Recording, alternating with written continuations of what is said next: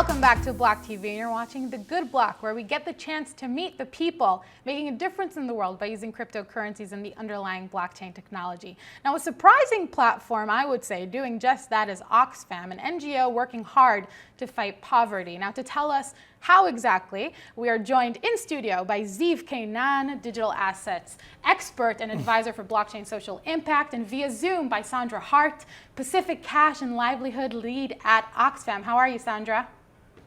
I'm great. Thanks for having me. Thanks for having you, having Ziv here as well. It's a pleasure for me, absolutely. So currently, you're in Vanuatu, a country that is very prone to natural disasters. I think that's to say the least.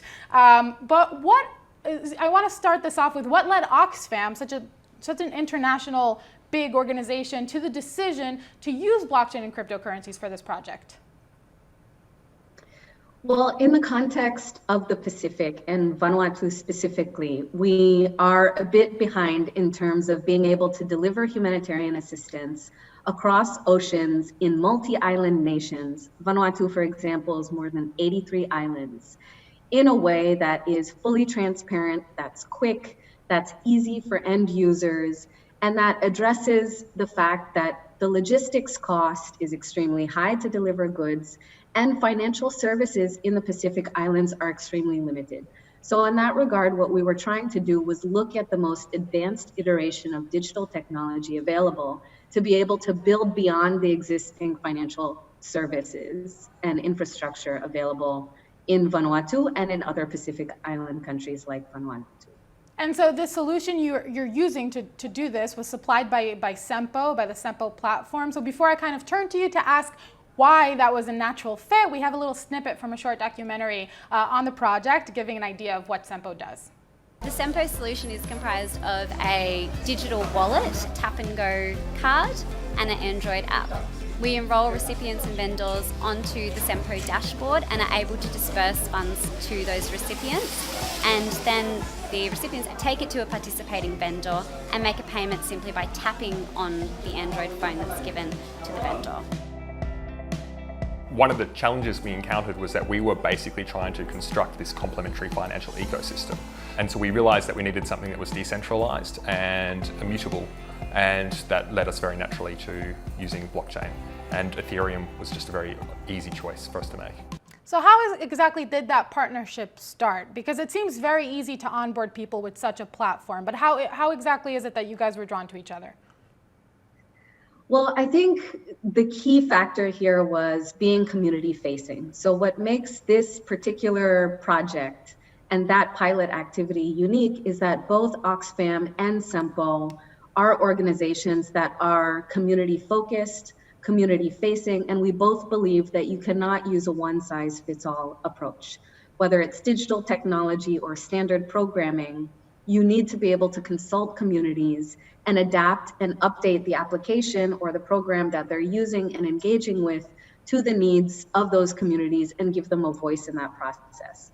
Sampo was the only tech startup that we found that was willing to adapt their application built on the Ethereum blockchain to the needs of the community. And they were also heroic in the sense that they came to Vanuatu and literally sat in the middle of this community, coding in some of the needs and preferences from small vendors that were onboarded, as well as community vendors who were explaining how they wanted to use their entitlements and what some of their limitations were in terms of digital literacy.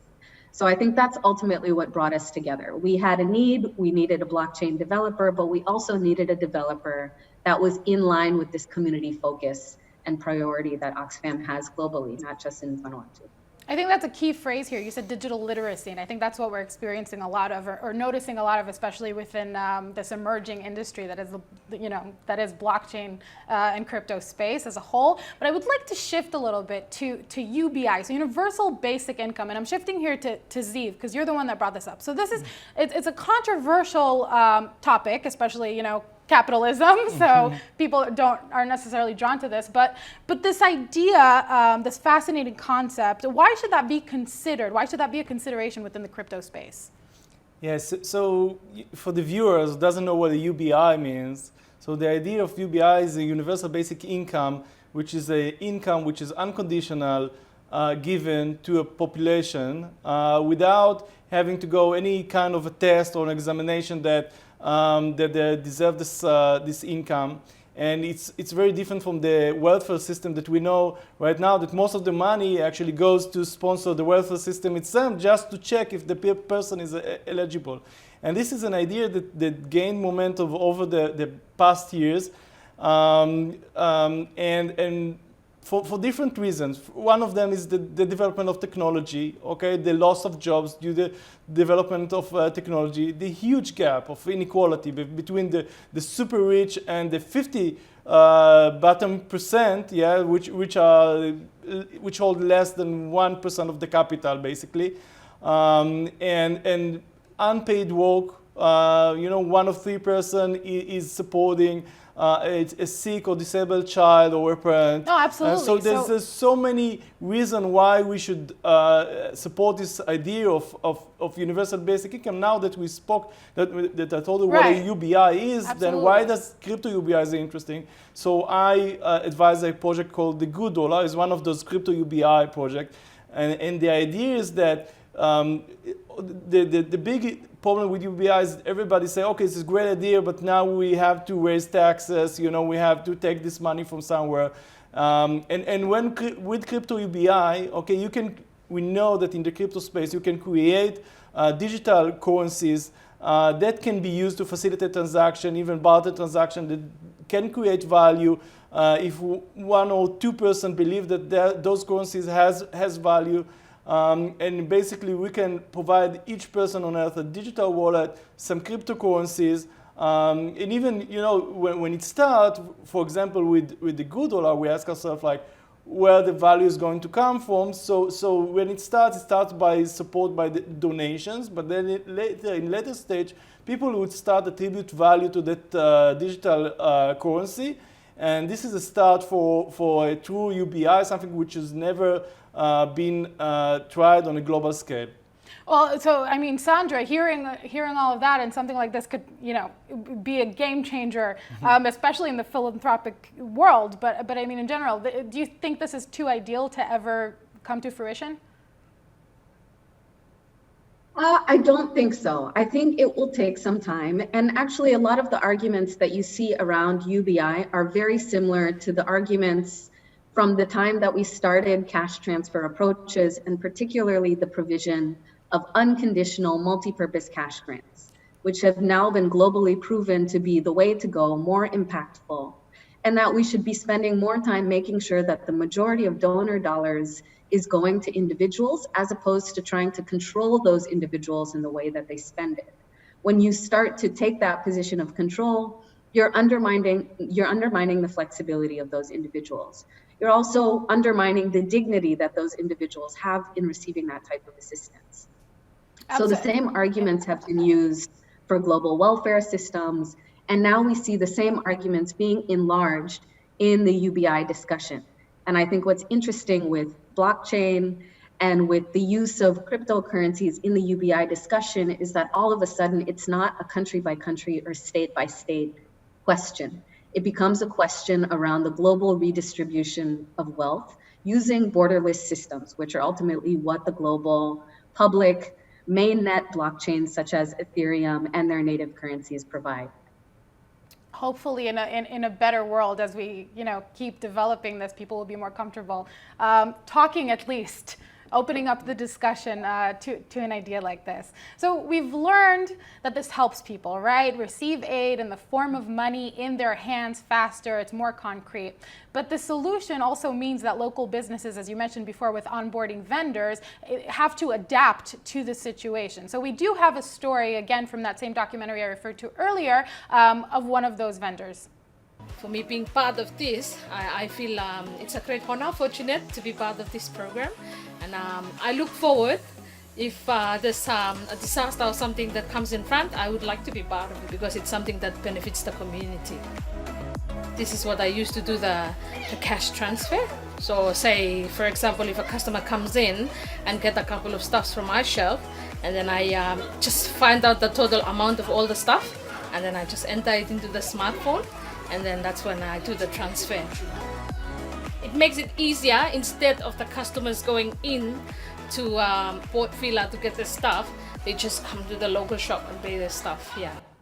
So based on this story, right, the solution seems to be ideal, it's working, but then I'd like to hear from you. In your experience, what is that onboarding process like? Well, I think in traditional cash transfer programs, in large voucher programs, I think one of the biggest failings of the humanitarian system is that these systems are slow and onerous to set up, and they tend to be better adapted to the needs of large entities, large UN and INGOs, humanitarian agencies, to their needs as opposed to the needs of the most marginalized, and particularly small vendors like Lloyd that operate in these community microeconomies. So in this case, with the Unblocked Cash pilot, what we were able to do was take a registration and distribution time period that in our experience in Vanuatu was over an hour to try and onboard a vendor, try and onboard a recipient, and we were able to do that and condense that into the space of less than 6 minutes, which of course is critical immediately after a disaster when you need to deliver as quickly as possible. By doing this pilot as a preparedness measure before a disaster strikes, we were also able to adapt the technology to the needs of the smallest and most marginalized vendors like Lloyd, as opposed to taking an off-the-shelf product, as we usually use, that is adapted to bigger contexts and bigger economies. So what we now have is something that's ready to go, that's community adapted, and that ultimately has been designed for microeconomic recovery at the community level in small and remote islands, as you have in Vanuatu and the Pacific. That's amazing. Under 6 minutes time. So there's really no reason for people not to approach you for aid, or for, I assume, maybe people that, have more of an ego perhaps, or don't want to come and, say, hey, we need your help, but it makes it a bit easier. Do you think that that's true?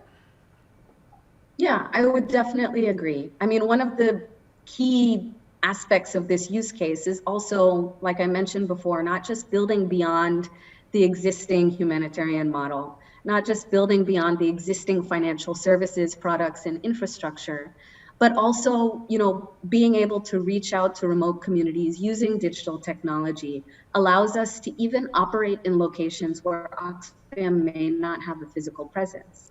All you need is a civil society or local partner, a community-based organization that's able to onboard recipients and vendors and deliver using the same platform with the same level of transparency and quality that Oxfam or a big UN agency could provide.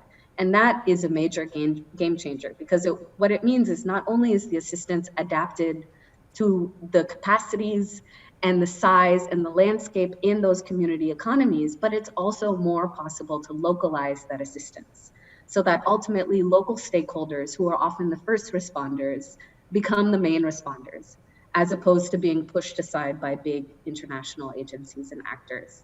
Yeah, it's a beautiful thing that you guys, ended up tapping into there. I would like to throw this over to Ziv. So you made a reference to CAT bonds, right? Catastrophe bonds off camera. What exactly are they? Please break that down. And how can blockchain technology be leveraged in this case to distribute aid? Yeah, so the first thing I thought of when I saw the Vanuatu project, that would be a brilliant solution for a CAT bonds.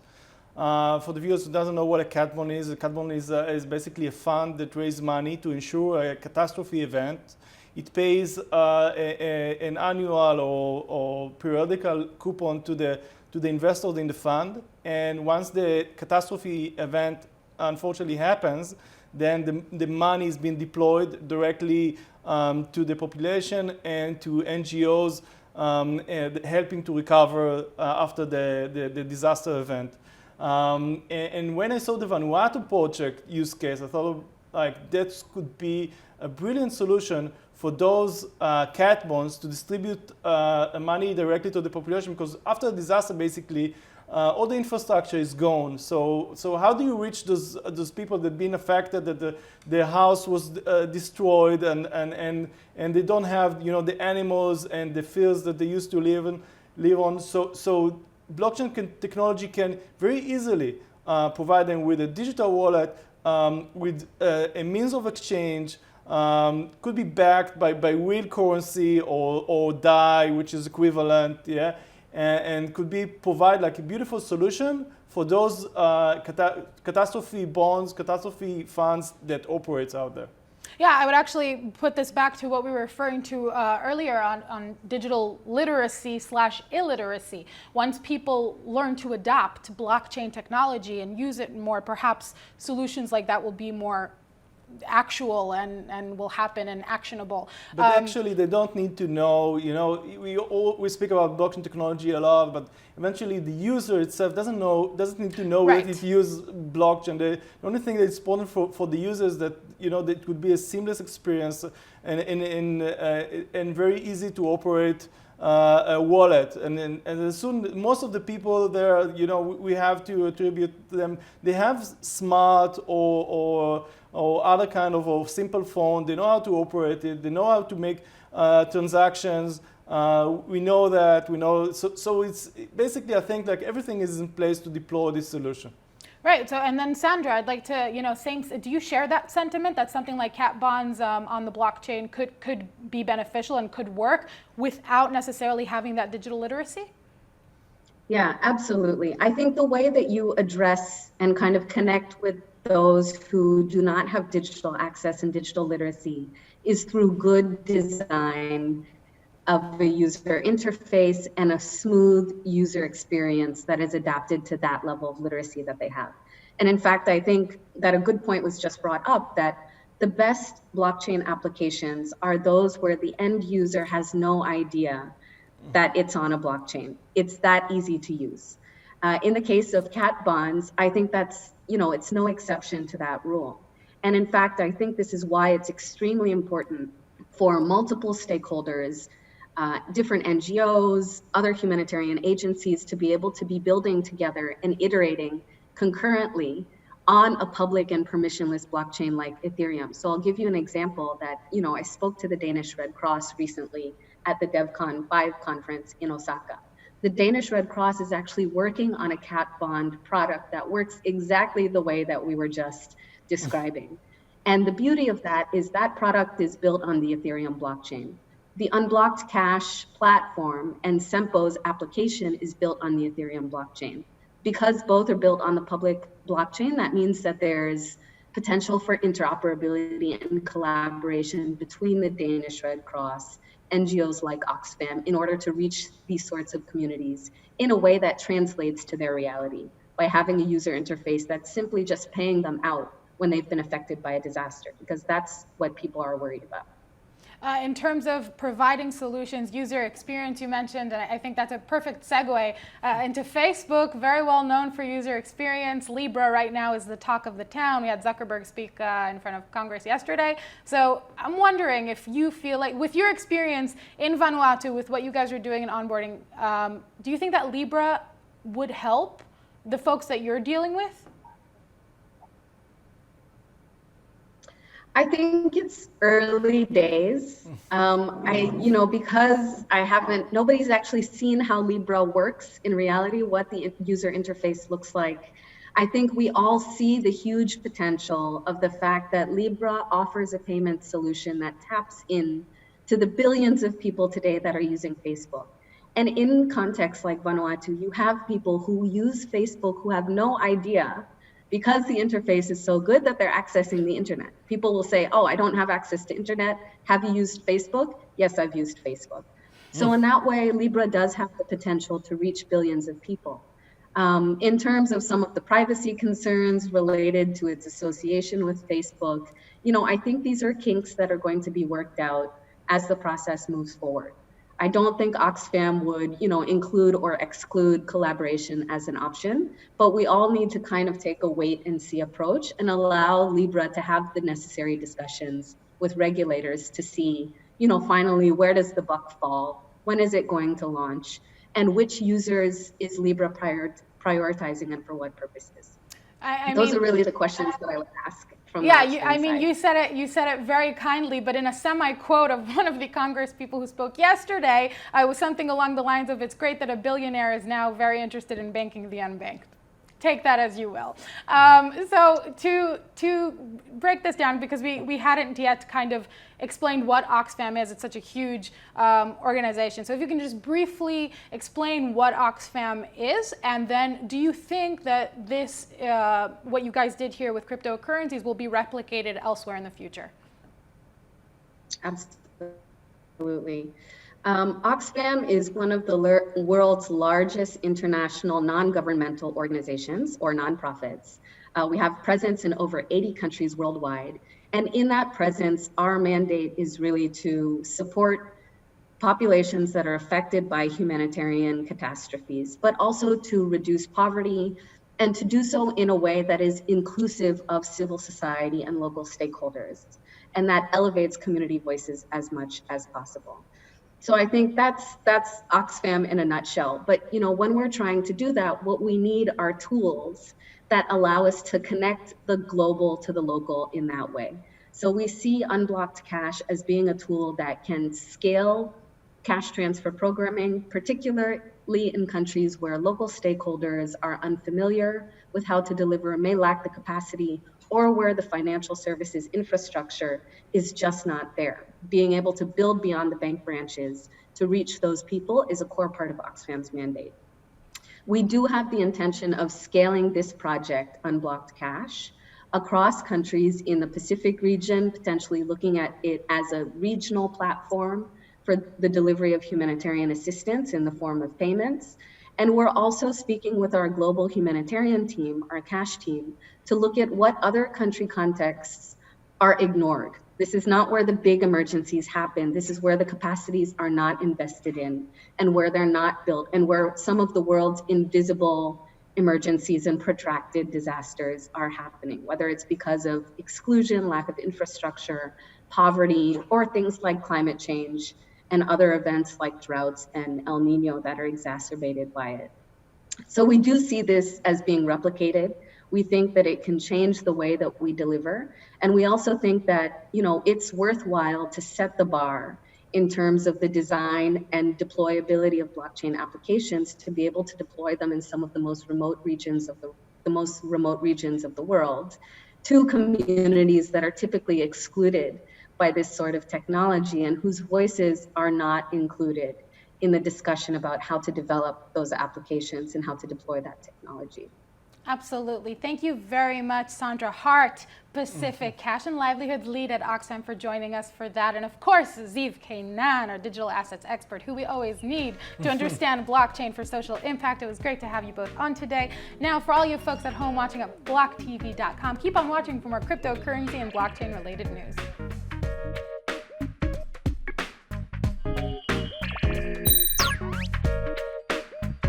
For more news and updates, follow us on Twitter.